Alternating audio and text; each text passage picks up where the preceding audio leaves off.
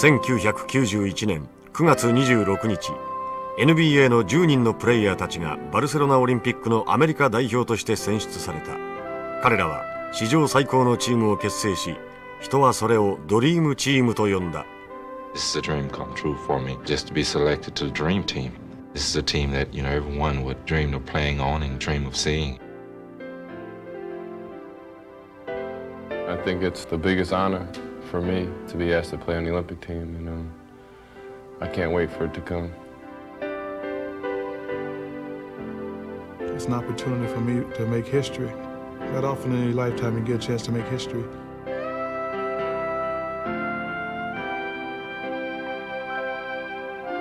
Americans are very proud to be considered the basketball country, and I think it's up to us now to go over and show the rest of the world that we are number one in basketball.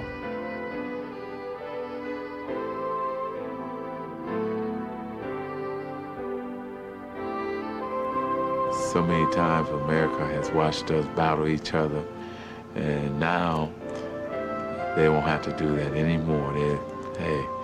We're pulling for our boys. Growing up, you see the players standing up on that platform and watching the flag being raised up and the national anthem being played. Anybody that doesn't dream that someday that could happen to them isn't paying very close attention, because it's a thrill.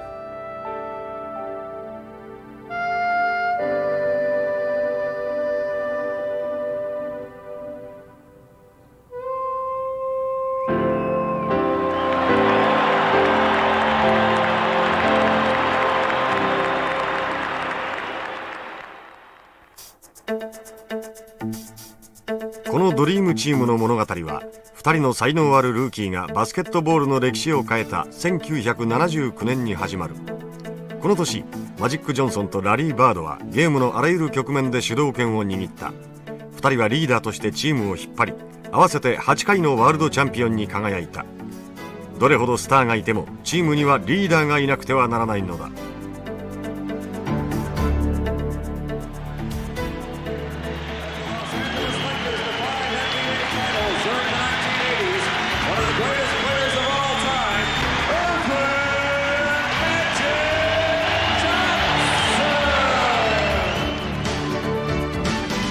生まれながらの偉大な選手、それはマジック・ジョンソンのためにある言葉だ。I could just see him when he was a little kid. Somebody stuck a basketball in his hands, and his eyes just got big, and that smile came across his face, and away he went from that point in time. 10代の頃から彼はバスケットボールの天才だった。I told all my friends that I had a kid coming in here that would make them forget about every other basketball player in the area, or maybe they ever saw it. マジックはコーチを失望させなかった。彼はエベレットハイスクールをステートチャンピオンに導いた。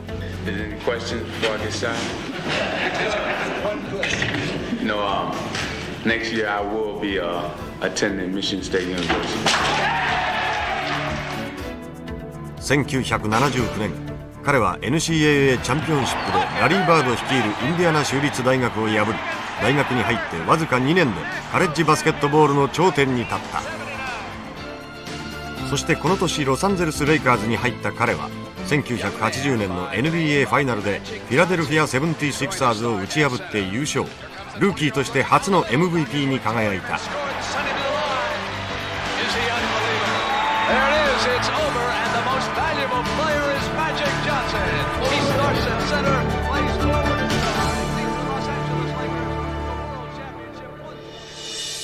マジックは旋風を巻き起こした。4年間でハイスクール、カレッジ、NBA のタイトルを勝ち取ったのだ。しかしそれはただの始まりに過ぎなかった。彼はその後何回もチームに優勝をもたらし、ノールックパスやベビーフックなど独自のスタイルを作り上げ、ゲームに革命を起こしたのだ。彼の力はますます大きくなっていった。Magic Johnson was born to be great, but he was also born to be a leader. 彼は先頭に立ってさまざまな困難に挑んだ。In 1979-80, when Irvin came to the Lakers, we had a very business-like team. Our guys came in, punched the clock, played the game with very little emotion, Then all of a sudden this kid came in and things changed forever. Kareem Abdul-Jabbar has given the Los Angeles Lakers a victory, and Magic Johnson is out there celebrating like they just won the NCAA championship. He's very, I think, much like a big brother, you know, to a lot of the guys on the team, and we just all followed in his footsteps. And look at Magic. He won't let him up. Whenever anything arose at that time, he was always there to take care of things. Magic is saying, calm down, calm down. He makes you believe that he's going to win and he's going to pull you along with him. The ball rolls free. Magic wants it. Magic's got it. Bounce on it. He is in charge of there. He's the general. He's our General Schwarzkopf. You know, he tells everybody where to go, what to do. He settles people down. He keeps everything poised when things get tight. There's no better leader probably in the history of sports than him. 4 seconds, 3. Got to do something, Mavs. 1500. Lakers win. I've always led, and I've never followed. 1984年から87年にかけてマジック・ジョンソンのレイカーズが NBA ファイナルに進んだ時、彼らを待ち構えていたチームはボストン・セルティックスだった。そこの中心選手ラリー・バードは素晴らしいリーダーシップでチームをまとめ、ボストンのバスケットボールの伝統を復活させた。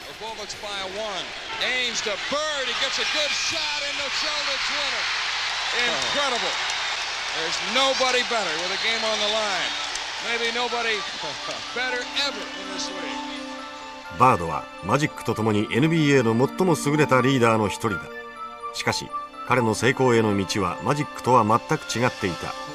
インディアナ州の小さな町で生まれた彼は厳しい生活環境の中で育った。Around here, you learn to play by yourself or with a friend, and if you're going to make anything of yourself, you've got to do it on your own. バードは練習に励み技術を磨いた。大学のスカウトたちが彼に目をつけ、バードは名門インディアナ大学の奨学金を売ることになった。しかし入学してからわずか24日で大学を辞めた。彼のバスケットボール人生は終わるかに見えた。I think that the size of the school and not having a lot or come from a lot, I think he just got a little discouraged and a little depressed and bailed out without really consulting anyone. ラリー・バードの物語は終わることはなかった。1976年、彼はインディアナ州立大学で自らの可能性に再び挑戦した。2シーズン後、彼は自らのチームシカモアズを NCAA のチャンピオンシップゲームへと導いたのだ。その年、ボストン・セルティックスに入った彼は奇跡を起こした。チームの救世主になったのだ。しかし、その姿を見れば、こののっぽのカントリーボーイがこれほどの選手になるとは誰も思わなかっただろう。I was just a kid. I mean, he doesn't look all that good, you know, and there's talk about how slow he was. He couldn't jump, he couldn't defend. しかし、それにもめげず、バードはチャレンジし続けた。He was the most self-motivated player I ever saw. Hale charged for it. He goes down. Larry Bird goes for a loose ball and gets it to McHale. Here's a guy diving after loose balls. He can't run past. In fact, he's slow. Batted out of play. Look out, Bird's in the crowd. He's going to go that after the big offensive rebound and put it back in. He can't jump. Larry Bird follows his own shot. 彼はその肉体的技術を超えた優れた判断力で試合を組み立てた。Larry Bird, the runner, won't get down. Bird over the shoulder. Bears for 2 and a 5. That fake. Oh, boy, what a Bird. Great pass. McHale for 2. Oh, what a pass by Bird. Bird steals it. See it coming, and look at the pass to McHale. This is the DJ baseline jumper. Won't go again. Look at Bird go down with the ball. Oh, what a play! What a play! It's like a guy who would pick a locomotive up and with ropes, pull a locomotive. He'll endure anything to win. Larry tries to fight his way through with Barkley all over him. They're not going to call a foul. Goes to Bird. He's open. Got it at the buzzer.バードの勝利への執念に導かれ、セルティックスは1981年、84年、86年と3回の優勝を成し遂げ、史上最高のチームの仲間入りをした。彼がコートにいる限り、チームは恐るべき存在であり続けるのだ。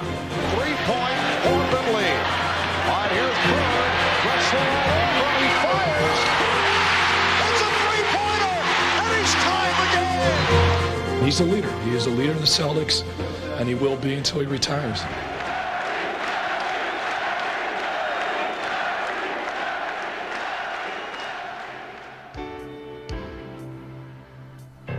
マジックとバードの8回の優勝経験の中で彼らの前に立ちはだかった2人の巨人がいる。サンアントニオスパーズのデビッド・ロビンソンとニューヨーク・ニックスのパトリック・ユーイングだ。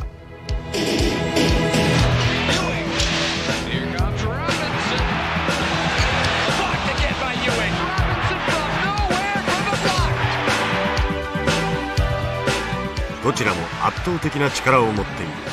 彼らを防ぐことはほとんどできない。2人はセンターとして中盤での攻撃を得意にし、ゲームの見せ場を作る。彼らは同じチームで戦うことをとても楽しみにしている。I don't think there's anybody in the international competition that's really going to be able to stop him. There's nobody in the NBA that really stops him. Ewing off the spin. By Patrick Ewing. Patrick is a tremendous post player. Ewing over Robinson. Yes. Patrick Ewing is on fire. Like myself, he's very quick and very agile. You know, he has that spin move that he's perfected. And he's so tall and he's a great shot blocker. Highlight film rejection, David Robinson. ユーイングとロビンソン、この2人の巨人は宿命のライバルなのだ。He gives me problems just as much as I give him problems. I'm not sure that Patrick Ewing ever faced a man with this man's quickness. You cannot deal with the Admiral better than Patrick Ewing. He'll fake, he'll drive. He's there for the layup. Good. What a great move. 2人は激しくぶつかり、お互いの技を競い合った。Between us, well, it'll be intimidating, I think, for anybody. It's got to be. 彼らにはあふれる才能と勇者の心が備わっている。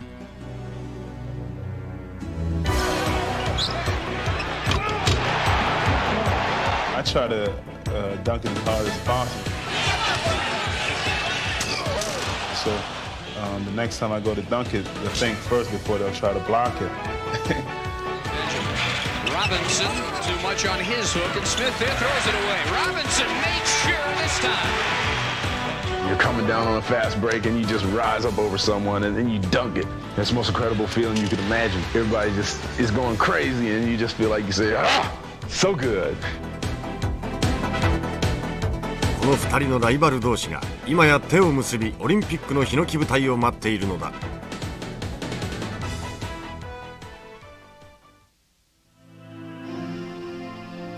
ドリームチームのイメージから連想されるのは高度の技術を駆使した精密なプレーだ。しかしこのメンバーの中に一人それとは違うタイプの選手がいる。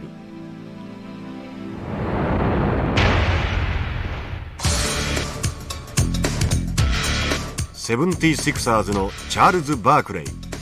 敵に回せば悪夢となるプレイヤーだ。I'm a bad dog. Charles split the defenders and rips it. I played a high level of intensity. Oh, he's hammered by Barkley. Really high. And Charles just in ecstasy. チャールズ・バークレイはまるで噴火する火山のようだ。すべてをなぎ倒し破壊する。He plays with you mentally. He'll hit you and look at you crazy and make you wonder what he's thinking. He's an extraordinary talent, but he's just kind of crazy. It took me a while to get used to him. There's a breakaway now for Elo, and Barkley pins it against him.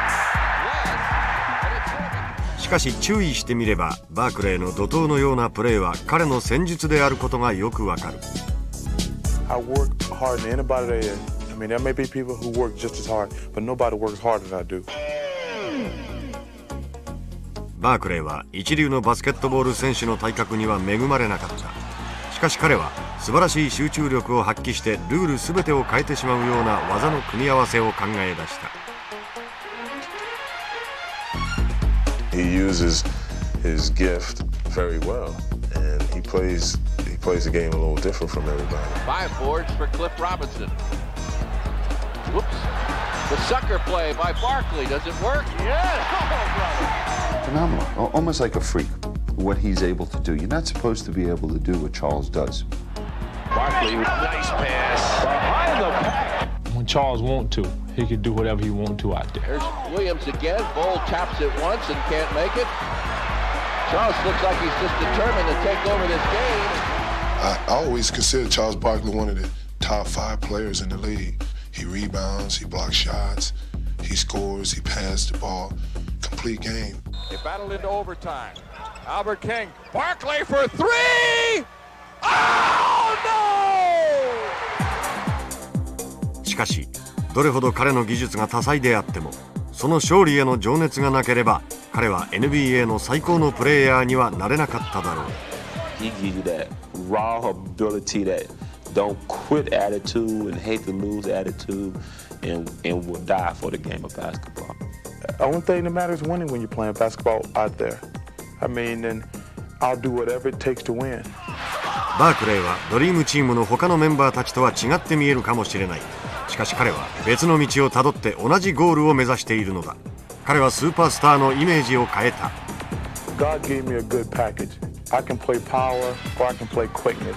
And depending on the individual I'm playing against, I'm able to adjust. But I think my on-court personality has gotten me to where I am today. Sixers will set up for the final shot. AC Green and Charles Barkley. Charles with room. Yes, sir. Score it. Score it. Great try by Barkley. この史上最高のスーパースターたちはプレーのスタイルだけではなく性格もそれぞれ大きく違っている。カール・マローンとジョン・ストックトンはそれが最もよく表れているプレイヤーだ。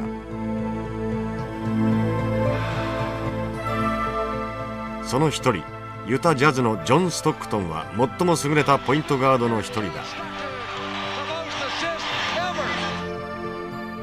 そしてもう一人彼のチームメイトカール・マローンは最高のパワーフォワードである。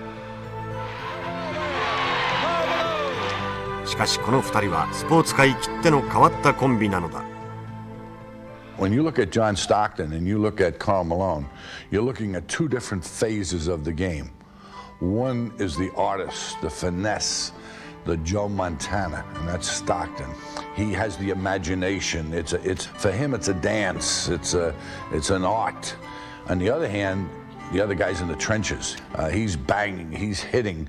He's using his physical strength.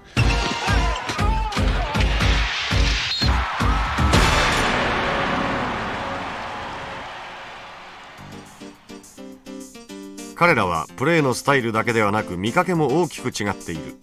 屈強なマローンに比べストックトンは NBA のスターというより隣の男の子といった雰囲気なのだ。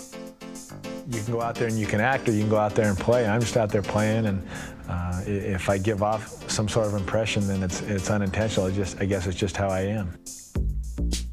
身長のある選手や個性的な選手の陰に隠れてストックトンのようなプレイヤーは目立つことが少ない。 Probably if you was picking a team, just Sandlot basketball, if you would probably overlook him if you didn't know who he was because he couldn't play or whatever. もちろんカール・マローンであれば見落とす人はいない。彼はその素晴らしい体格と活気ある動きによって常に注目の的なのだ。 He gets very excited, and he does his little things out of excitement rather than planned showmanship. I just have fun when I go out there, and that's what I like. 2人がどれほど違っていても一歩コートに足を踏み込めば彼らは完全に同調する。 By Eaton, Stockton and Malone. Drive the alley, dish it to Karl Malone, slam dunk.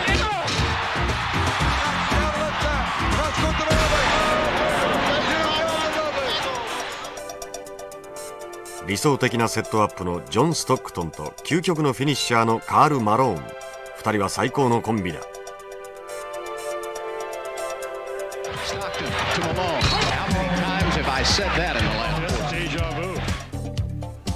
2人はお互いを立てながらチームをまとめていった。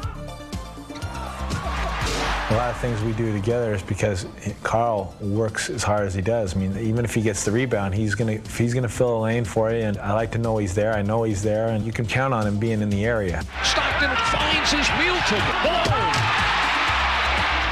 It's a reward-like thing, you know. If your puppy bring you the newspaper, you're gonna give him a treat, so to speak. If you get the rebound and you give it to Stockton and bust your behind to get to court, it's just his way of giving it back to you. ストックトンとマローン、2つの頭を持つモンスターは敵を完膚なきまでに粉砕する。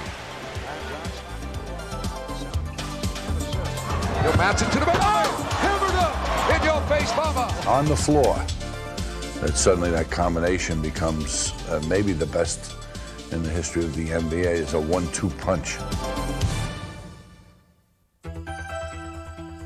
ドリームチームはもう一組別のワンツーパンチを持っている。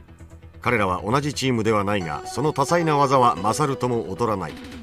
オリンピックチームのメンバーに選ばれることで、彼らはスターダムにのし上がった。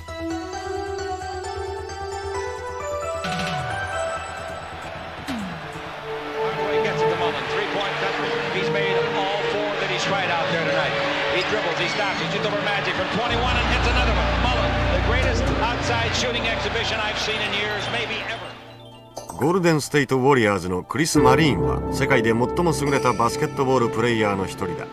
彼の素晴らしさを知る前に彼の少年時代を見てみよう。マリーンはニューヨークのブルックリンで生まれた。彼は夢多き少年になった。All my life, that's all I ever wanted to be was an NBA basketball player. You would always see him running down the avenue, or you'd see him going to play at odd times. He had a key to his grammar school gym. He had a key to his high school gym. He just spent an enormous amount of time trying to improve his game. マリンの努力は報われた。彼はカレッジでアメリカ代表になり、ロサンゼルスオリンピックで金メダルに輝いた。そして1985年、ついにドラフトでウォリアーズに1位指名されたのだ。You know, I thought that was the greatest thing. I'm coming out to California, you know, make good money, hang out, you know. マリンは NBA の最もホットなヤングスターとなった。彼の人生は変わろうとしていた。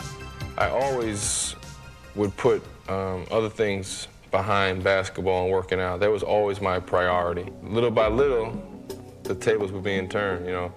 Once in a while, I'd say, I'm not going to work out tonight. I'll just go out and hang out. To the point where I was really, you know, get out of shape, and then you don't feel like playing because, you know it's going to hurt, you know. And so going out on the court became a chore. He was overweight. He was late for almost everything.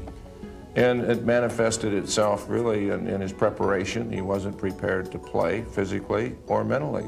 And I always had good direction since I was a kid. Early in my NBA career, you know, I got sidetracked and kind of got away from what was being good to me. リーグでの3度目のシーズン中に彼はアルコール中毒の治療のためリハビリセンターに入った。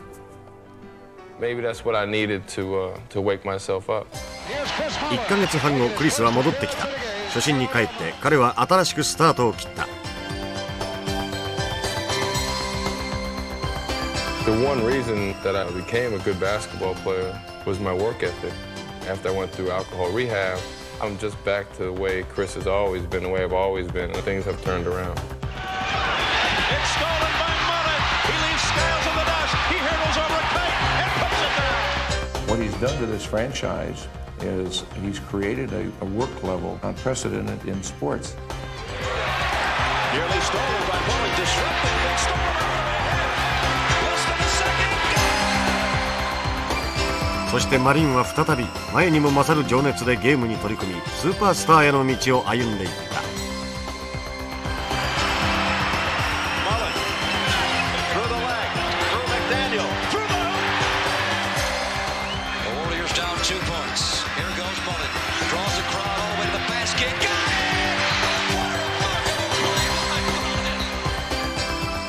彼にとってオリンピックチームのメンバーになることは特別の目標であり願望でもあった。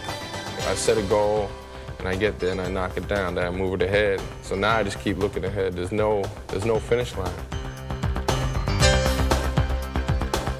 マリンと同じようにシカゴブルズのスコッティ・ピッペンにも限界はないようだ。無限の才能を持ったプレイヤーが最高の時を迎えている。彼は自信にあふれている。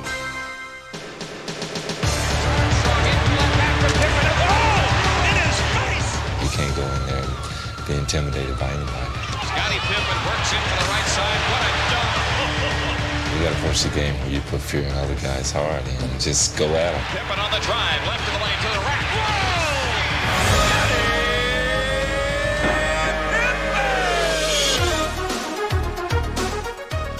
しかしピッペンは初めから注目されていたわけではない。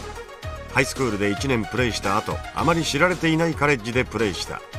無名だった彼はカレッジオールスターゲームでスカウトの目に留まった。そこから彼の NBA の物語が始まる。 Scott Pippen of Central Arkansas.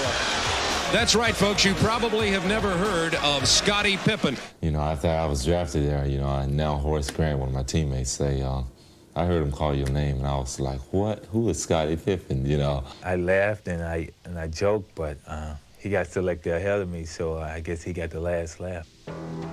だがピッペンの笑いはすぐ消えた。 As a rookie, he got frustrated a lot, and he was immature, and as all rookies are. しかし時間とともにピッペンは自らの可能性に気づいていった。 The Scottie Pippen show so far in this game for the Bulls. You could see greatness in this young man with his physical ability, but also the tenacity with which he played, and you could see him just getting bigger and stronger. 彼は肉体的強さだけでなく強靭な精神力も身につけようとしている。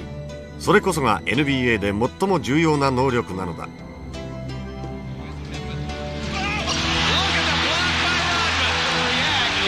Lost his cool for a moment. The Pistons return to the NBA Finals for the third straight time. 1991年のプレーオフでピッペンは見事な成長を遂げた。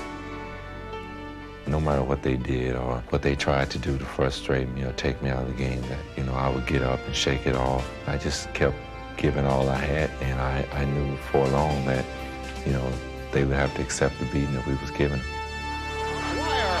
Racing down.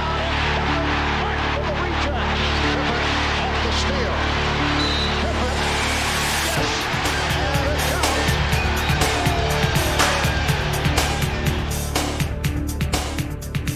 And it goes. 1991年レイカーズとの NBA ファイナルで彼は一流のプレイヤーになるための最終テストに合格した。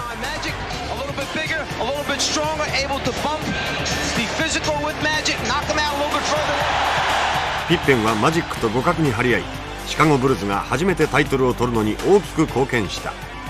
ついにピッペンは NBA のトップに立ったのだ。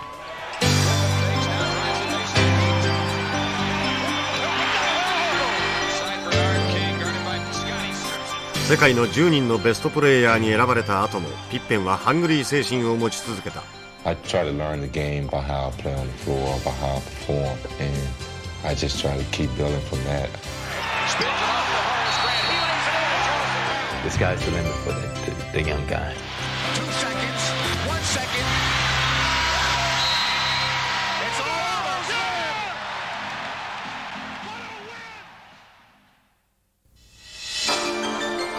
最後の一人を紹介しよう。彼なしにはドリームチームは完成しない。バスケットボール史上最も華麗なるパフォーマー、シカゴブルズのマイケル・ジョーダン。彼は見る者を驚かせ、彼にできないことなど何もないと思わせる。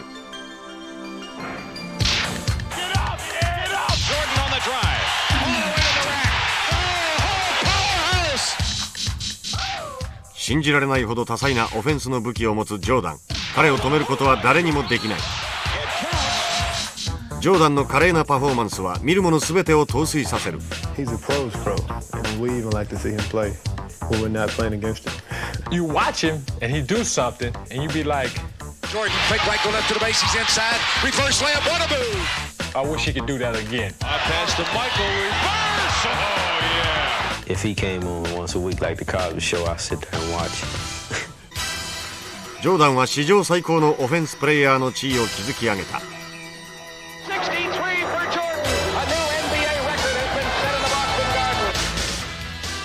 しかし彼は単なる点取り屋ではない。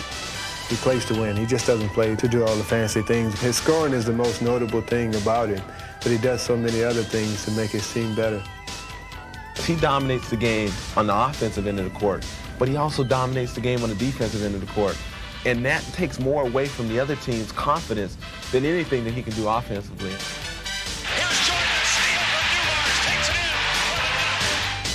You become consumed by Michael Jordan. You become consumed that he's out there. ジョーダンがその気になれば一人で全員を相手にできたかもしれない。You know, he goes inside the phone booth and put on his Superman suit, and you know, he's everywhere. ジョーダンの繰り出す驚異的な技の数々は限界がないようだ。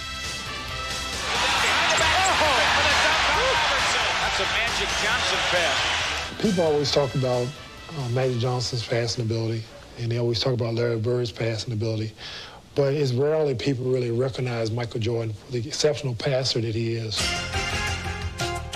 以前はジョーダンの華やかな空中アクロバットに目を奪われ、他の能力が目立たなかったのも事実だ。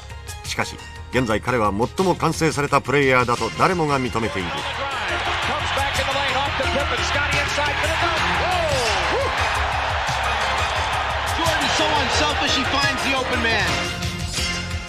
Sometimes you get caught up in watching Michael floating through the air and you forget he passes just as much as he shoots. When people see the shots, they don't see the assists. He's just an all-around player. He doesn't care. He just wants to win. He just wants to win. He'll do anything he can to win a basketball game. He can't be judged by the points he scores. You know, he can score at will, pretty much. You know, he's been scoring champ. He's been defensive player of the year. He's been dunk champ. He's been everything. He wants to win. 1991年、シカゴブルズがレイカーズを破って初めて優勝した時、ジョーダンは勝利のためにチームプレーに徹し、力の限り戦った。I've been able to change my game, and Michael Jordan has emerged as a player able to know what to give as a player, as a person, to get to another level.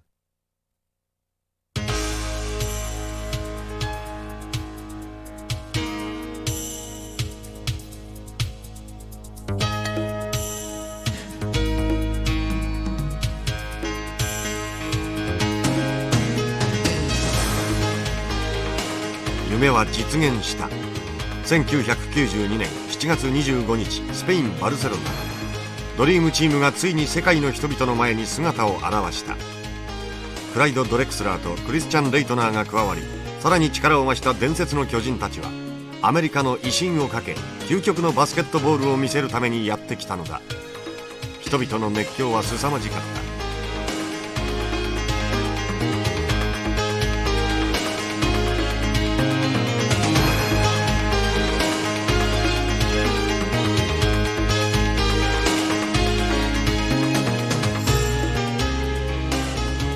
7月26日、全世界の注目の中、予選リーグがスタート。ドリームチームは容赦なく敵を粉砕、圧倒的な強さで勝ち進んでいった。準々決勝でプエルトリコに圧勝、準決勝ではリトアニアを打ち破り、順当にクロアチアとの決勝に進んだ。8月8日、バダロナ体育館、ドリームチーム最後の戦いが始まった。マジックが投げ、ジョーダンが舞い、バードが走り、バークレーが飛ぶ。チームワークは完璧だった。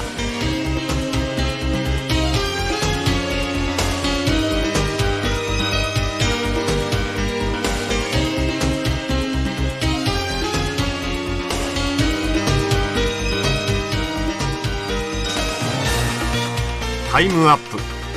真夏の戦いは終わった。表彰台の上で肩を抱き合い、喜びを爆発させるプレイヤーたち。メインポールに上がったアメリカ国旗を見上げる彼らの顔は自信と誇りに満ち溢れていた。ドリームチームがもたらした夢のような瞬間、それは人々の心の中で永遠に消えることはないだろう。ドリームチームは伝説になったのだ。